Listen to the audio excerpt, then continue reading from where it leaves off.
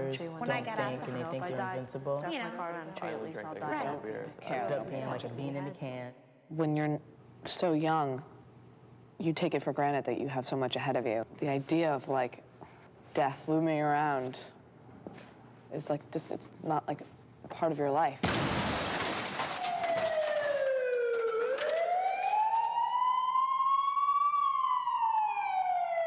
I went to the liquor store with my friend Chris. I bought a 12-pack with some really bad fake ID. Went to a local hangout, drank about 6 beers there, and it was enough to make me feel that I could do more than I could, that I could go fast.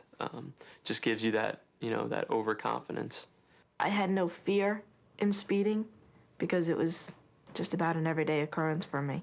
I was your average cocky little high school kid who thought they were invincible and nothing was gonna happen to them. And no matter how many times I heard stories like this, it still just wasn't gonna happen to me. I never thought it would happen to me. Superman, invincibility, anything you want to say, I was it. I decided to go to my friend Andrea and ask her if I could borrow her new car. It was a convertible with a V8 engine. She was, to say the least, hesitant to give it to me because the night before, her father told her that he never wanted me driving the car alone.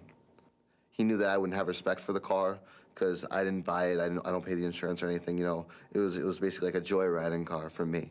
What gets me going is like for the split second of just not looking at the road. My front left wheel hit the curb and I lost control of the car. The car flipped over about 3 times.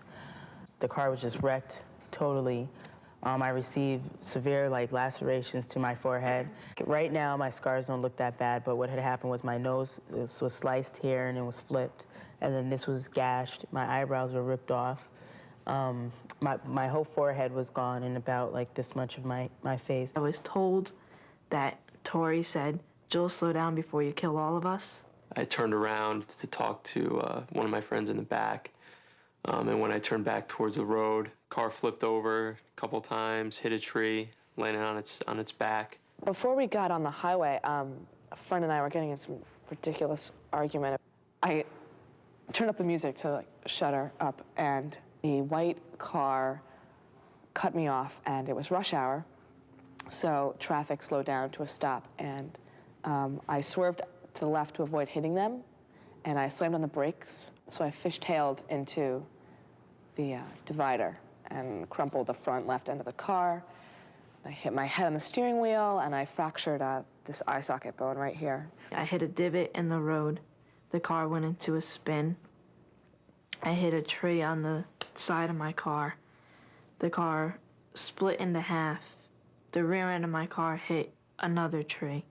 The 3 of them who had been sitting in the back seat were all thrown completely from the car. When I pulled out, I had the top down, this music system blasting, driving roughly 80, 85 miles an hour.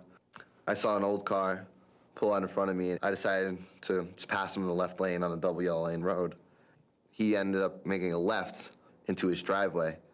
He didn't know to look over his shoulder to see if someone was passing him. It's a double yellow line. I shouldn't have been there. He turns into his driveway, and I see him turning, and I hit the brakes, and I skid for, I think it was 76 to 80 feet. And I hit him with the front right of my car, hit the back left of his car.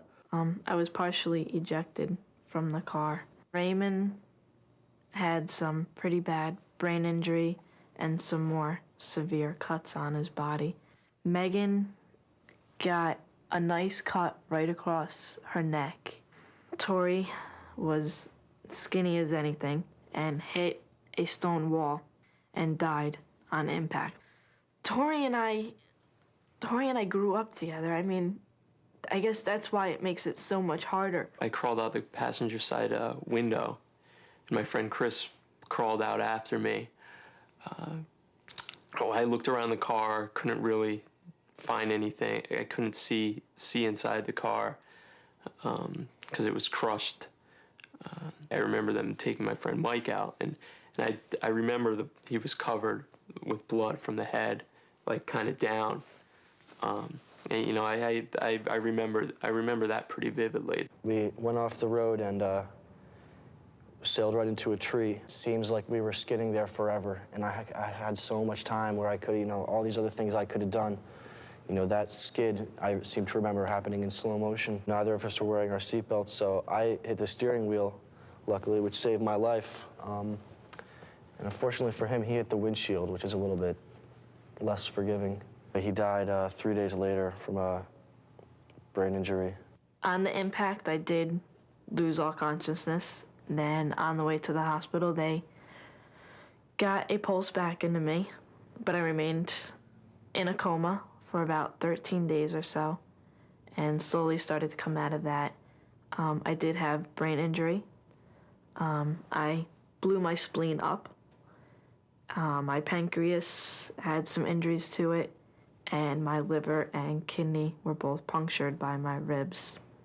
So they had to basically sew all my inside body parts back together. I really was kind of in shock seeing all this happen, and it all seemed to happen so fast. Because I mean, this all happened in a span of, you know, a minute, as from the time when I crashed and when the policeman finally came up to me and did you know, a sobriety check. You could see like glass breaking, hood coming up, you could hear the fender dragging along the ground, side panel gone, steering wheel shifting. On his car, he had a huge dent. You could see the tire was bent in on the back. The door was totally pushed in. It only took a second to hit him. It felt like an eternity. I was wearing a seatbelt. It saved my life. None of us had our seatbelts on at the time. It was a high school thing and teenage thing. You don't need one. You're too cool. I was real close with both guys. I had known them since probably 6th grade. We used to play. We were on the same baseball team. Me and Rick. His father was a coach. Rick was killed instantly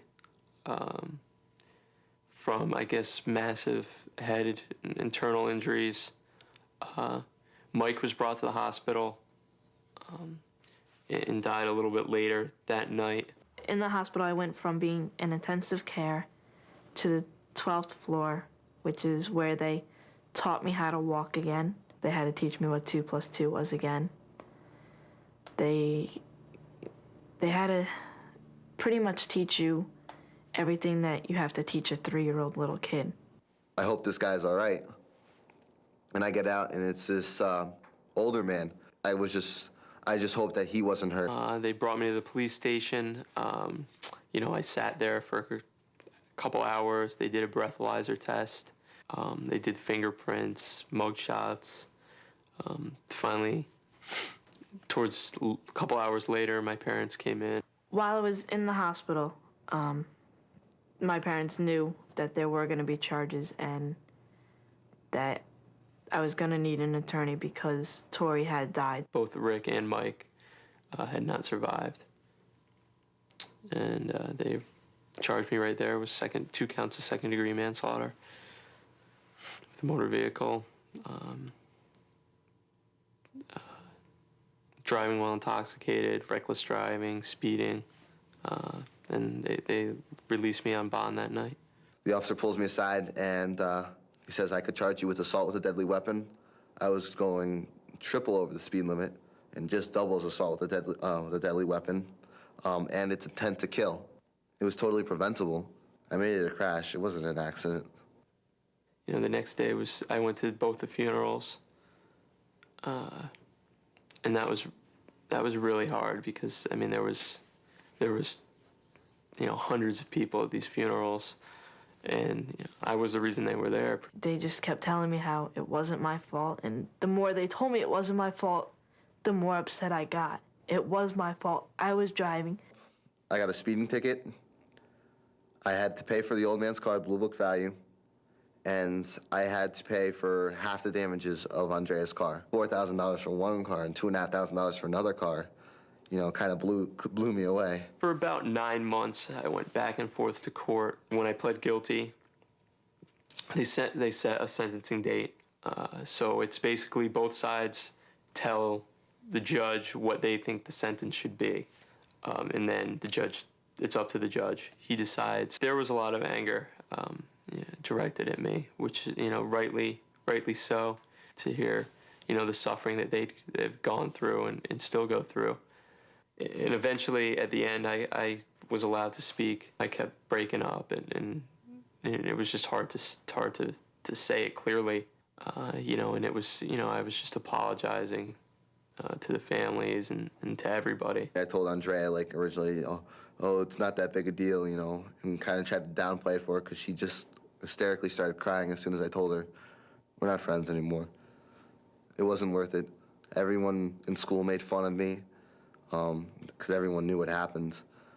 I lost my bank account. I lost my parents' trust. I lost one of my best friends. My sentence was 10 years of jail time suspended after 4 years. This means that it's a 10-year jail sentence, but you only have to serve 4 of it. If you violate your probation, the judge can impose the remaining 6 years of the sentence. For Tori's death, I was charged with misconduct with the motor vehicle, and for Raymond and Megan's injuries, I was charged with assault with the motor vehicle. I was given 3 years suspended sentence, 300 hours community service, and 3 years probation. The conditions of my probation are 1,000 hours community service, attending AA meetings, and not driving during the length of my probation for 5 years. Prison's not a fun place. It's just, I don't know. It's just not the place you want to be at. That's pretty much all I can say about it. It'll always be on my record that I'm a convicted felon. That's not something that's ever going to go away. I also have a Class D felony on my record because of Tori's death. When I go for a job interview and on that application it says, have you ever been convicted of a felon, yes or no? If yes, please explain. I've got to check off that yes. This could happen to anybody. It happened so fast. And I hadn't had a ton to drink. I had enough to just make me overconfident. So, it can happen real easy. I hate telling this story. I hate telling what I did, telling what happened. But if I could save one kid's life, then it's worth it. And I wouldn't want the world's worst person to have to deal with a quarter of the emotions that I have to deal with. It's not worth it for anybody. I miss both my friends, hanging out and things like that.